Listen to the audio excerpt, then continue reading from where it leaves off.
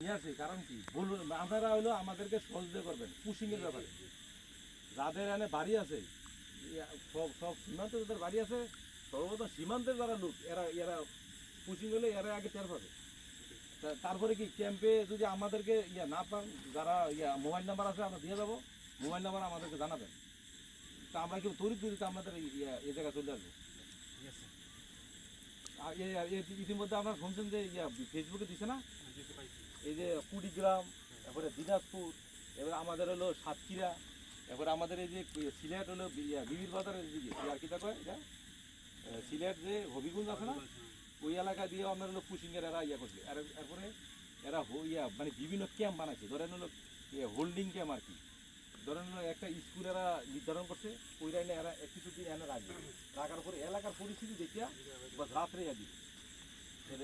বিশেষ করে হলো যে আমার গেটগুলো আছে না, এনে আমাদের দায়িত্বগুলো এলাকায় 3টা গেট আছে, আর এটা আমার এই কোনায় আছে। এইগুলো গেট দিয়ে কী করে আমরা গেট দিয়ে আমরা বার করে দিয়ে গেট তালা দিই। এই জন্য আপনারা যারা আছেন অবশ্যই আমাদের খবর দিয়ে সহযোগিতা করবেন। ঠিক আছে ইনশাল্লাহ।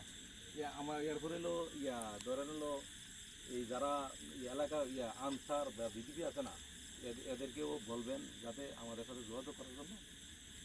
আছেন আমাদের এলাকায়। এরপরে এখানে যে মেম্বার আছে এর নাম কি ধর্মীয় মানে ওই ওনার সাথে যোগাযোগ করবো নি। যারা এই এখানে মান্যগণ্য যুক্ত আছেন যারা, অবশ্যই আমাদেরকে জানাবেন, সহযোগিতা করে আমাদের। ঠিক আছে। আর এই যে প্রত্যেকটা জায়গার ভিতরে আপনারা তো সবসময় সজাগ থাকেন, কোনো কিছু হইলে অবশ্যই শুনবেন আপনি।